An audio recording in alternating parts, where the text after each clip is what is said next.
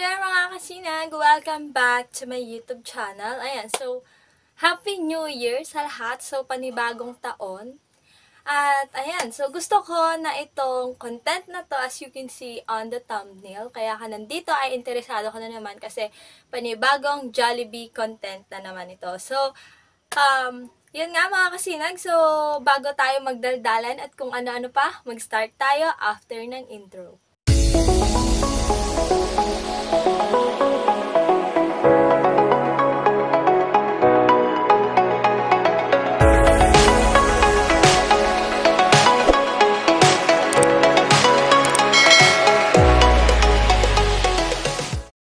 Okay, so, ayan. So, napakasaya kasi mag-upload na naman ako.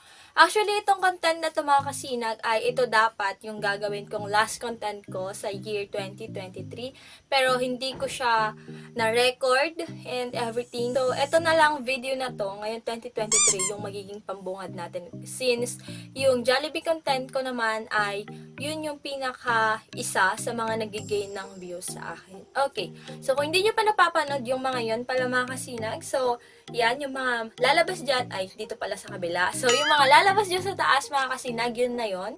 So pwedeng nyo siyang panoorin or pwedeng nyo naman din kalkalin sa aking YouTube channel. So dito mga kasinag, sa content ko to ay sasabihin ko or i-share ko kung ano ba yung magiging experience nyo or magiging journey nyo, which is based lang din sa naging journey ko sa Jollibee, okay?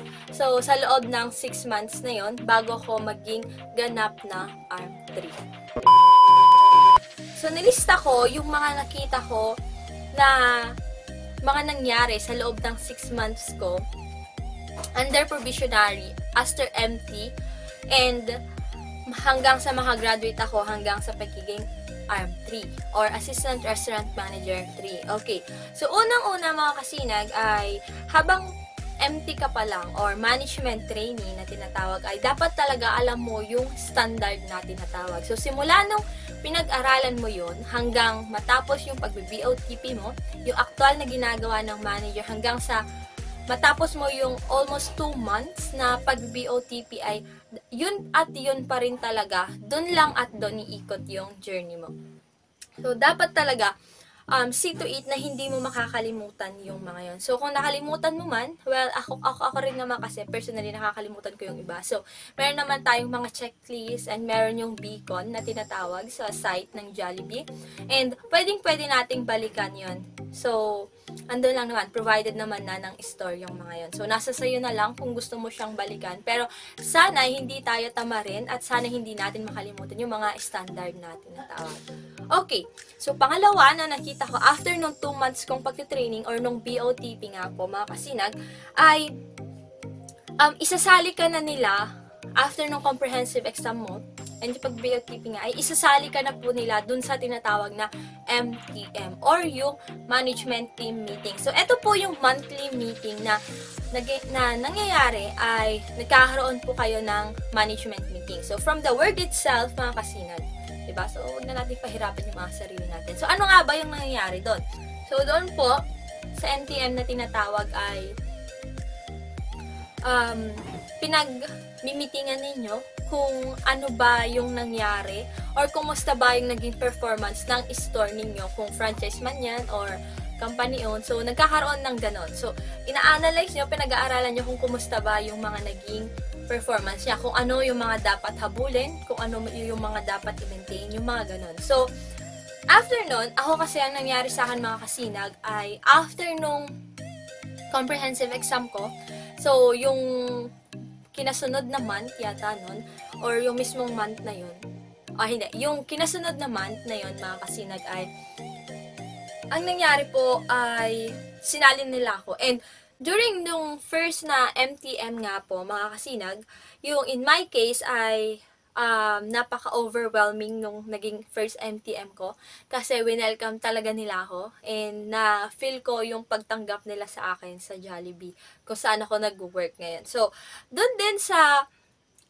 first MTM ko ay dun na rin po nila ako binigyan ng KRA or yung tinatawag natin Key Responsibilities Area. So, hindi ako 100% sure kung yun yung meaning niya. Pero, parang yun. Okay? So, I'm sorry. Okay, so doon, sinabi sa akin na dapat hindi pa talaga ako bibigyan. Pero since nga mag-work na ako, or mag-duty na ako as a manager talaga, so kailangan na merong ganun daw. Pero usually daw po, ang KRA ay binibigay after yung probationary or yung 6 months, yung first 6 months mo. So after nun, ay doon ka pa lang talaga bibigyan ng KRA. So, since parang saling pusa ka pa lang that time, kasi still empty ka pa naman, so bibigyan ka na nila ng pansamantalang KRA. So, tong KRA na to mga kasina, dito ka, ito yung inaasahan nila na magfo-focus ka doon sa mismong ibibigay nila sa'yo. So, in my case mga kasinag, ang binigay sa aking KRA that time ay yung dining. So, hindi pa talaga siya fully na sa akin, pero nag-share kami ng isang arm tree. Pero, yun nga. So, yun, doon sa KRA mo, doon ka muna mag-focus. So, aside from that, mga kasinag, ay during your first 6 months, or after yung pinaka 3rd month mo, so after nga nung pinaka BOTP mo ay, dito dapat mas paiiralin mo yung word na pagiging madiskarte mo. So, it's either kung nasa operation ka man or service, dapat papairalin mo yung pagiging madiskarte mo. Like, for example, kung nasa service ka, mga kasinag, so alam mo kung paano mo i-manage yung mga tao mo. Especially kapag marami ng tao. So, kung paano ba malilesen or mababawasan yung ang tawag doon, yung mga resibo, since pag dumami yung tao, asahan mo na yan na dadami rin yung mga resibo. So, paano ba siya hindi pakakapalin? Paano pa maging smooth yung transaction, yung pagiging, paano ba natin maiiwasan na magkaroon ng sobrang daming pendings. And aside from that, kung ikaw naman po yung mismong nasa production, service and production, kung ikaw naman yung nandun ay, paano mo, halimbawa, may mga kulang kayong mga ingredients. So, paano mo didiskartehan yon? Kung matagal pa yung delivery date ninyo, yung mga ganun ba. So, in my case, so, di lang naman siguro sa akin, di ba? Pati sa mga ibang store, alam niyo na humihiram tayo doon sa mga pinakamalapit nating stores kung may available sila na pwedeng ipahiram sa atin. So, something like that, mga kasinag. So, aside from that, mga kasinag, ay dapat din sa loob ng 6 months mo ay matutunan mo kung paano ba i-manage yung 4Ms mong tinatawag. So, yung dapat ma-familiarize mo kung paano mo sila ikutin, or paano mo sila i-handle ng maayos, di ba? So, yung 4Ms, which are the following: the manpower, the material, the machine, and of course, the method. So, dapat alam mo yan kung paano mo sila i-handle ng maayos. So, aside from that, mga kasinag, ay siguro during that time, sa loob ng 6 months mo after nung BOTP mo, ay mas makikilala mo kung sino yung mga ka-duty mo, 'di ba? Kasi in my case, sa loob ng pag-BOTP ko, hindi mo pa talaga sila makikilala, di ba? So, sa akin kasi mas nakilala ko sila, mas nakita ko yung mga ugali nila, yung mga toxic na tao, di ba? So, let's accept the fact na lahat ng workplace may mga toxic na tao. So, hindi yan may iwasan. So, makikita mo kung sino ba yung mga yan. Or, ikaw mismo, sa sarili mo, malalaman mo kung ikaw ba yung toxic doon, di ba? So, sana hindi naman.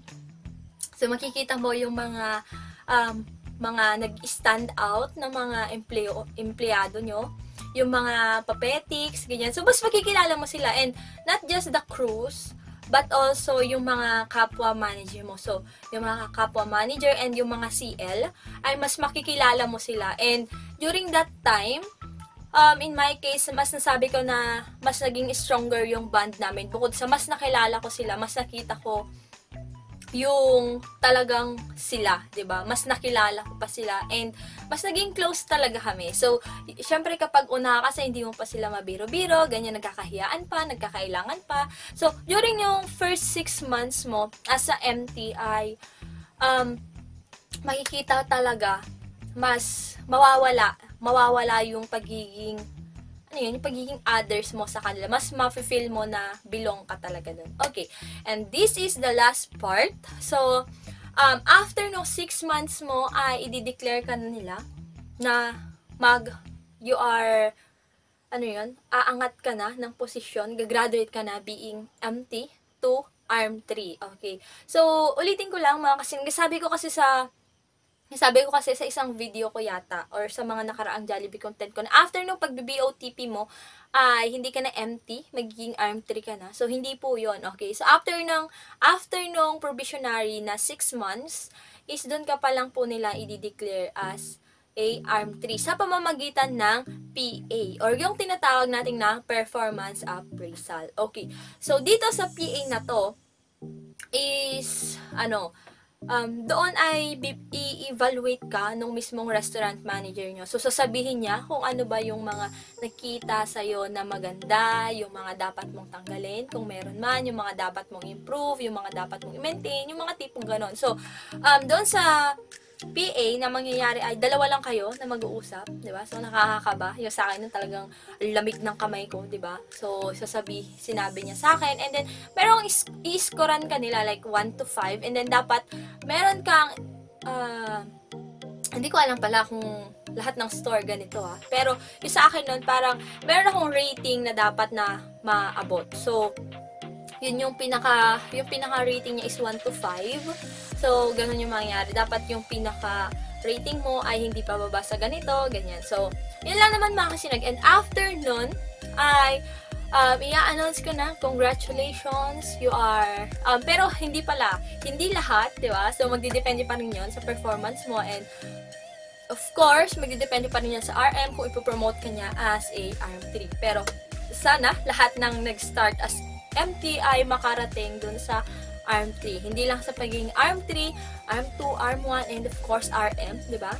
Hoping na sa mga kabatch ko or sa mga susunod pang batch ay maabot natin yung position na yan. So, after nun ay wala naman na. So, in my case, mga kasinag, so nagkaroon ako ng simpleng pa-video kasi doon sa loob ng 6 months ay sa store kasi namin kapag naiwan mo yung cellphone mo na nakalapag, asahan mo pupuno ng picture yan. So, meron akong ginawang simpleng parang congratulatory video sa akin. Yan, kasi masaya talaga ako doon sa naging journey ko at natapos ko yung pagiging MT ko.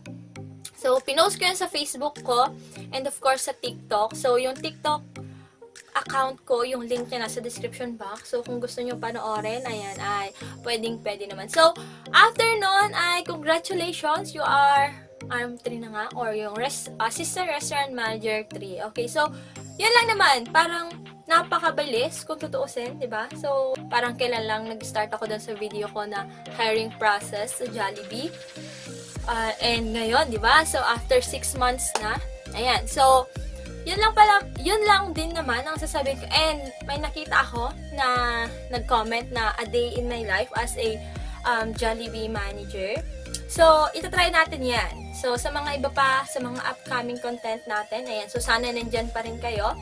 And, ayun. So, napakasaya ko lang. Siguro, masusundan pa to, itong Jollibee content ko. Kasi nakikita ko talaga na ito yung pinaka nagiging ng views. So, wala naman na ako masyadong sasabihin. Nasabi ko naman na siguro lahat. Kung may mga gusto pa kayong ipa-content sa akin, mga kasinag, may mga suggestion kayo, may mga tanong. So, huwag kayong mahiya na mag-comment. So, sasagutin ko yan kapag nakita at nabasa ko na. Pero hindi biglaan na. So, antay-antay lang. So, yun lang naman mga kasinag. At kung nakaawat ka man sa minute ng video na to, I thank you so much. So, ayun. So, sana sa mga susunod kong video ay nandyan ka pa. Especially sa mga Jollibee content ko. Try talaga natin yung a day in my life na content. So, ayun lang naman. So, without further ado, ayan. So, bakit ganun? Okay.